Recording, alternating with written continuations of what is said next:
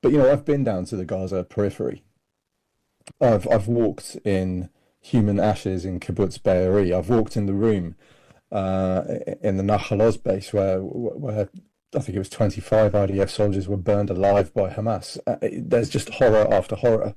And you know, you've recapped my military history already, and I have to say that nothing I've ever seen on operations, Afghanistan included, comes close to what I saw in the aftermath of the 7th of October, never mind the massacre itself. No country in the world could possibly be expected to continue with that threat on their borders. And I've also seen intelligence since that they found on bodies from the Nukba forces on 7th of October, from Hamas's special forces. The plan was clearly to get to Tel Aviv and Jerusalem and massacre as many as possible. It was beyond question a genocidal attack. And that is why the war in Gaza is happening in the manner that it is. So that's the first part, justified as far as I'm concerned. The second part, I've spent an awful lot of time with the IDF and looked at their conduct of the war. I've been to the Kiryat in Tel Aviv, which is their Ministry of Defense headquarters, for those who don't know. I've been with Southern Command, I've been with 162 Division, I've been with 96 Division, I've been with 252 Division, I've been into Gaza twice. So I've seen pretty much everything you possibly could see as an outsider in this war. And I've seen nothing that suggests to me there's any kind of plan to violate the law of armed conflict on purpose or to commit a genocide in response to Hamas's attack. And there's elements of it that I've seen that go far and above what I would expect to see in a British or an American headquarters. Things like the Civilian Harm Mitigation Cell, which is a small cell set up to monitor what any part of Gaza looks like on a normal day and compare the levels of civilian population to the present moment. And that's accessible by the entire IDF. It factors into every strike planning process. And again, it's a level of civilian protection that certainly the American army doesn't have, certainly the British army doesn't have. Now, of course, have there been incidents that are potentially over the threshold of criminality in Gaza? Of course there have. I don't think there's ever been a war or an army in history that's fought a conflict where things like war crimes haven't happened. It's the nature of the beast, unfortunately. It's why we have war crimes legislation. We can go back to America and Iraq. We can look at Australia or the UK and Afghanistan, where there are very credible war crimes allegations. That doesn't mean it's systemic. That doesn't mean that the British Army is a war crimes army. It doesn't mean that the US Army is a war crimes army. And by the same token, it doesn't mean that the IDF has a systemic issue with war crimes. This is just what happens in wars, and it's very unpleasant, and it's why you shouldn't start wars, as Hamas did on 7th of October. And then finally, we look at the international space. My first degree before joining the army was actually in law, so that's my third degree. I'm not an international lawyer. I'm not qualified to talk about the ICJ case in huge detail, but I know enough to go through it and understand what I'm reading. The key thing with genocide is the intent. Okay, and yes, some Israeli politicians have said some pretty robust things, particularly if we get down the Ben-Gvir-Smotrich route. But certainly when it comes to Bibi or when it comes to Yoav Gallant when he was defense minister, there's nothing there that expresses genocidal intent. And in addition to that, there is a huge value to threatening your enemy during wartime. This is a well-known thing, you know, and if we consider some of Gallant's speeches to be genocidal, then we have to go back and consider some of Roosevelt's or Churchill's to be genocidal, because that's the nature of politics in warfare. Of course, the actions on the ground don't match up to a genocide, the false allegations of starvation. I've been to Erez crossing, I've been to Kerem Shalom crossing, I've seen the aid stacked up to go in. It's not an ingress problem, it's a distribution problem, and that's not Israel's problem at this point. That may change. So the entire lawfare cases internationally that we've seen are a farce, and they're part of a politically motivated campaign against Israel. So that is my three sort of headers for this war. Thanks for that, Andrew. And you said earlier in your opening remarks that one of the motivating factors for you was your Jewish friends and the threat of anti-Semitism. Where does anti-Semitism fit into this picture you're describing? I think it fits into double standards in this picture. Things are expected of the IDF that aren't expected of any army in the world. For example, the overemphasis on civilian casualties. Now, of course, there are civilian casualties in Gaza. That's not something anyone's denying. But for other armies and other wars, civilian casualties are priced into the fact you have to go to war in the first place. Nobody focuses on how many civilians died during the wars in Afghanistan or Iraq. And even if you go to quite quite well researched sites, they can't even give you a figure to the nearest 100,000 how many died in Afghanistan. And yet Israel is supposed to account for every single person that dies in Gaza. And it's just a double standard that doesn't apply to any other army. So that, to me, is because it's Israel, and Israel is the world's only Jewish state. Therefore, the only conclusion we can draw is that it is anti-Semitism that's driving this. And in respect to the casualty figures, you made headline news some months ago in a report that you prepared for the Henry Jackson Society that questioned Hamas figures, or shall I say Gaza Ministry of Health, read Hamas figures. Talk to us about the report, how you did your research, and what its impact has been. Yeah, and it's actually been dragged up to the surface in the last few days because Hamas have released yet another list of names, and that list actually corroborates everything we said in our paper back in December, which is good to see from my perspective that the research holds up and is solid. I think it holds up far better than a number of other reports that go the other way and criticize Israel. But the first thing is we uncovered a huge pattern of errors and mistakes. Of men listed as women, women listed as men, adults having their ages changed to make them children. And in the most recent release, Hamas themselves have deleted over 3,000 names, including over 1,000 children from their recent updates. And it just goes to show that actually the errors that we found weren't just a handful of errors and mistakes. They were a systemic inaccuracy, which means that the world's media should not have been citing this figure unquestioned. And as an aside, I think it's a real shame that it took a random think tank researcher to do this work that, frankly, the world's media should have been doing from day one before they started reporting this stuff. And I think it's probably one of the greatest failures of journalism and of journalistic standards we've ever seen, ever. I've never come across a failure this endemic and this widespread. The next thing we found was that Hamas consistently conceals combatant deaths. And by that I mean all the names on the list are presented as murdered by IDF action, with no explanation of how they died. Traditionally, over the previous wars in Gaza, Israel's accounting for enemy combatants has turned out every time to be pretty accurate.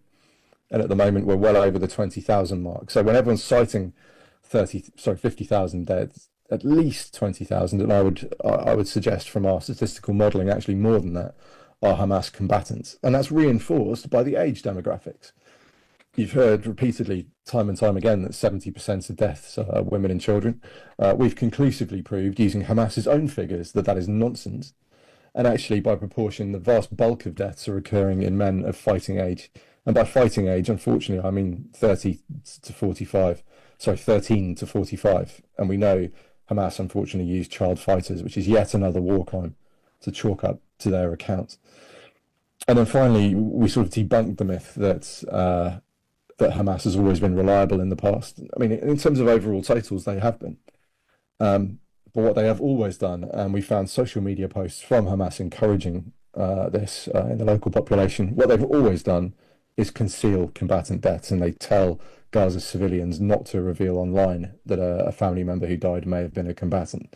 So yes, they're reliable in overall total, but every time they try and hide combatant deaths from the world's media because they're using this figure to bash Israel with in a way that doesn't happen in any other conflict. For our JBS viewers who have not yet seen the report, Andrew, please share with them how can they access it? Yeah, it's called Questionable Counting, and you can find it on the Henry Jackson Society website, which is henryjacksonsociety.org. You mentioned the press, and what you said was this cataclysmic failure to report the story accurately. Why? What explains the failure? Was it intentional? Was it unintentional? What's your thought? And especially when it comes to British media, which in many respects are the global media for the English-speaking audience, beginning, of course, with the BBC. The why is really tricky. I'd have to get into the newsrooms and ask them myself, but I can make a couple of suppositions. The first one is the 24/7 news schedule now. It makes it incredibly pressured for news networks to get the story out first. And that's amplified, I think, by social media, who are regularly ahead of the broadcast and print media that we see, sort of traditional mainstream media, if you will. And in having to try and beat that timeline and that deadline, quite often things that would have happened in the past, like those checks, just aren't happening. And so when Hamas put out a press release saying X thousand dead, and when the UN, of course, are putting that on their website with a small asterisk and then a tiny, tiny font size at the bottom saying unverified, that lends these numbers a credibility they frankly don't deserve. So there's a sort of complicity at the UN level with Hamas in making sure that the media get these figures, and then the media feel pressure to print them immediately. So I think that's part of it. Another part of it, of course, will be an exceptionally well-funded and well-directed campaign by malign actors. Certainly Iran and Qatar, we can safely say, particularly Qatar through Al Jazeera, have been an absolute well of disinformation in this conflict, particularly if you go to Al Jazeera Arabic, which is a complete sewer compared to the English version, and the English version isn't great. The next factor is the source of journalism coming out of Gaza. Now, Israel, for good or bad, have made the decision that not to allow journalists in, and I understand both sides of the argument here, actually. But the fact that the only people pushing news and footage out of Gaza are Hamas. There's no free journalists in Gaza. There's no brave Arab journalists running around defying Hamas to push out neutral footage. Everything that comes out of Gaza is Hamas. And if that's the only source of information, that's what world journalists are going to lead with. And so they have. And then when we talk about the BBC specifically, there is a very powerful anti-Israel sentiment in the BBC. They keep making mistakes. They pushed out a documentary that featured Hamas royalty that was filmed in Gaza. Just the last week, they sent an email to the Israeli embassy in London asking for a guest for one of their news shows, but they specified that that guest had to be anti-Netanyahu. So they've deliberately done a number of things here that are anti-Israel. Now, there are three parts to an apology. They're saying, I'm sorry. They're saying, it's my fault. And then they're saying, what do I do to make sure this doesn't happen again? And the BBC have been great at paying lip service to the saying sorry, but what they haven't done is accepted the blame, and they haven't accepted that they need to do something differently to stop this from happening. So there's really serious endemic problems with Israel in the BBC, and they are not reporting on this war fairly, which is obviously intensely frustrating to sit by and watch. But in the meantime, take for example Sudan, where almost as a news sidebar, the New York Times has mentioned the threat of genocide, the threat of mass starvation, and yet we rarely hear about the details in Sudan, much less these kind of human interest stories or daily statistical updates. In your view, what explains the difference in the media's attention to Sudan and to Israel and the Gaza conflict? Yeah, I think the main focus is the fact that Sudan and the Sudanese do not have 60 years of a very well crafted information campaign. It starts for Palestine as it became in the 1960s. It starts in 1964. Prior to that, there was no Palestinian flag. There was no Palestinian people. They were Arabs who'd been displaced from the mandate of Palestine, and Palestinian could be used interchangeably between Jews and Arabs. And then Arafat came in and rewrote the whole narrative and created this fictional beast of Palestine and the Palestinian cause. He was heavily backed by the Soviet Union, and the campaign was very closely targeted on the left-wing fellow travelers of the USSR in Western countries. And that's why you see the Palestinian cause as it is now as a totemic issue for the left very specifically. It's because they have been absolutely the focus of targeted information operations for decades now. And that cause is also exceptionally well funded, as I've said. It's got huge international backing from certain state actors. And they are willing and ready to try and undermine the Jewish state, to try and undermine Israel at every turn.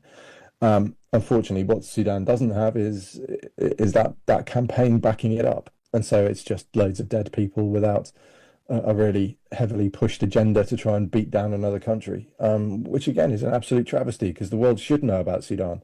It should know about those hundreds of thousands of dead people, and it should be generating pressure on the international stage to try and get that massacre stopped. I want to ask if President Trump were to invite you into the Oval Office, and in particular if he were to refer to your own writing, which suggests that the crux of the matter in the Middle East begins in Tehran. Mm. And the funding, as you've mentioned in this program, begins in Doha, in Qatar. What ought to be American-led policies toward Iran and Qatar, from your perspective, that could change the regional outlook? It's really tricky with Qatar because we've allowed them to buy so much, including reserve currency. I mean, Qatar, if put under pressure, could crash the dollar tomorrow just by selling their reserve stocks. There's a really serious problem with Qatar, and it's a far more complicated and difficult one to solve. Iran, I think the bottom line here is they cannot be allowed to get a nuclear weapon, and that's the red line. They're incredibly close to it. They're within 1 week of achieving that, and that is a real problem. It's easier to say than to deal with, though, because the sites are spread out. They're deep underground. We would have to make sure we knew where everything was and hit it simultaneously, so that Iran wasn't left afterwards with enough working equipment left to sprint towards that warhead, because that changes everything in the Middle East. Regime change in Tehran is far more challenging because even if you say decapitate Khamenei and his regime, what comes next is always a big question. And I think that's the golden lesson from 2003 onwards. It's all very well removing heads of state in the Middle East, but quite often what comes next can be worse. So we'd have to be cognizant that Iran has half a million men under arms for the regime. They're no good as an offensive threat, but there's certainly enough of them to keep the Iranian population cowed. So I'm far more reticent to encourage regime change than I am to talk about removing their nuclear threat, making sure we do it properly, and then just sanctioning them to the point where hopefully the regime collapses internally and something else can come in its place. And as we talk about Iran and Qatar, is Turkey getting away with murder, literally and figuratively? Yeah, I'm afraid so. And it's really awkward that they're a NATO member. That is causing real problems with the alliance as well. Never mind the fact I don't think America would respond to an Article 5 call right now. I don't think Turkey would either. And we're seeing their actions in Syria. We're seeing escalating tensions with Israel. I know from friends I've spoken to in the intelligence space in Israel that Turkey certainly had an involvement with Hamas in 7th of October and in training suicide bombers to go into Israel. That was found on Sinwar's servers. So Turkey's a real problem. They've been responsible for the worst group. Wait, can I interrupt you for a moment? You just said Turkey had a role in training suicide bombers that entered Israel on October 7th. Stay on that point for just another moment, Andrew, because that's a headline here. Okay, so this is secondhand from a source in Israel. When they went through Sinwar's servers after they found them after his death, they found troves of documents, and some of those point towards Turkish involvement with Hamas and in their training people for 7th of October. Now, the critical point here is, of course, that this is Muslim Brotherhood territory, so it shouldn't be a surprise to anyone. We know the Muslim Brotherhood and the way they operate is that Turkey provides the arms, Qatar provides the funding, and the Egyptians certainly have a degree of intelligence that they share over the border. So Hamas have always been a Muslim Brotherhood organization, and it shouldn't be any shock to anyone that Turkey has been deeply involved with nefarious actions against the state of Israel. But yeah, also in Syria, they're backing the SNA, the Syrian National Army, who are by far and away one of the worst groups when it comes to atrocities. They're the ones who've been pounding the Kurdish positions in the north and east of Syria for the last however many months. So Turkey is, I think, filling the void that Iran has left. I think that's the natural step here. If we look at how the Shia crescent with Iranian proxies has now collapsed, that leaves a vacuum, and Turkey and Qatar are looking to make it the Muslim Brotherhood crescent instead. And I think that is probably strategically the next biggest threat to Israel in months and years to come. Andrew, unfortunately, very unfortunately, our time is up. I have lots more questions, and this has been a fascinating discussion. So Thank you very much. JBS viewers, you've been listening to Major Andrew Fox, 16-year veteran of the British military, including special operations from Afghanistan to the Middle East to the Balkans. Keen observer of events, as you've just seen. Please follow him on social media as well. Andrew, again, thank you. And JBS viewers, this is David Harris, defending Israel, and looking forward to seeing you again next week.